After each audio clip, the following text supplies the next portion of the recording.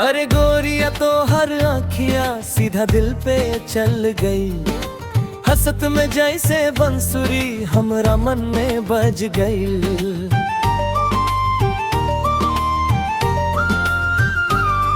दोपहरिया के आंगन में अमरिया के छाँव हवे। तोहरा कदम के सुनते ही सगरो मन बेहोश हवे। लाल चुनरिया लहरावे जैसे फागुन के बतास। तू जो देख मुस्किया के हमरा टूटे सांस सांस। गाँव की गलियन में तोहरे चर्चा रोज भई। कवन जादू दिहल सखी हमरा नींदे ना मिलल। ऐसे न तेरा नजर घुमाव सीधा दिल की चला। हम तो बस तोहरे नाम से दिन रात अपन मन रचा। अब न छुपा के रख से जरा बोझ दिल की बात। ए गोरी आजा हाथे हाथ। गवना के चिट्ठी ले आ दिलवा के साच बता। गवना के चिट्ठी ले आ अब तो तू ही घरवा। तुम्हारे बिना ना लागे है मन के कोई राह। गवना के चिट्ठी ले आ ले आ ले आ ले आ।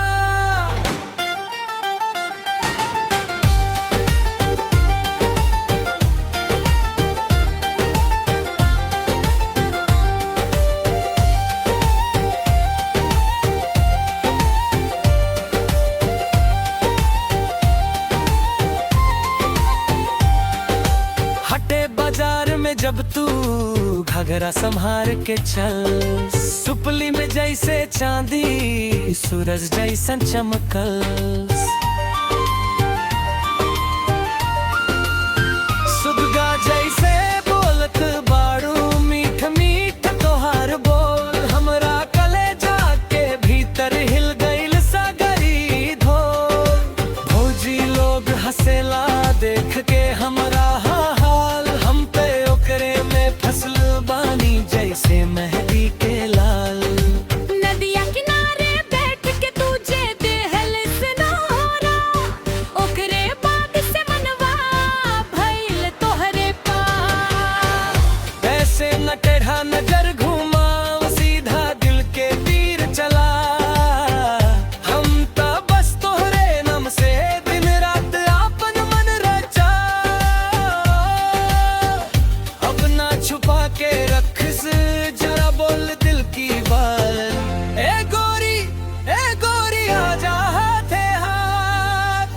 गवना के चिट्ठी ले आ दिलवा के साथ बता।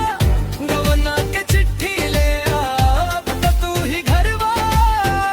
तोहरे बिना ना लागे है मन के कोई राह। गवना के चिट्ठी ले आ ले आ ले आ ले आ।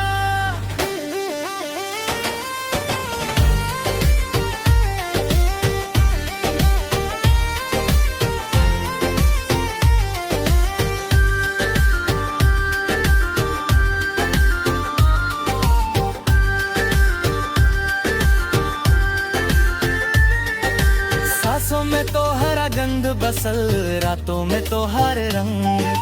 हमरी अखियां कहे हर दम तू ही हवा सुमंग।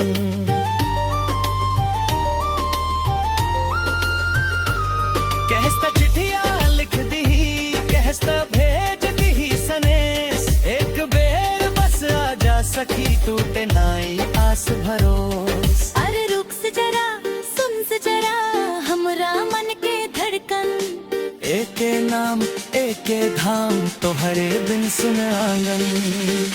गवना के चिट्ठी ले आ दिलवा के साच बता। गवना के चिट्ठी ले आ अब तो तू ही घरवा। तोहरे बिना ना लागे है मन के कोई राह। गवना के चिट्ठी ले आ ले आ ले आ ले आ। गवना के चिट्ठी ले आ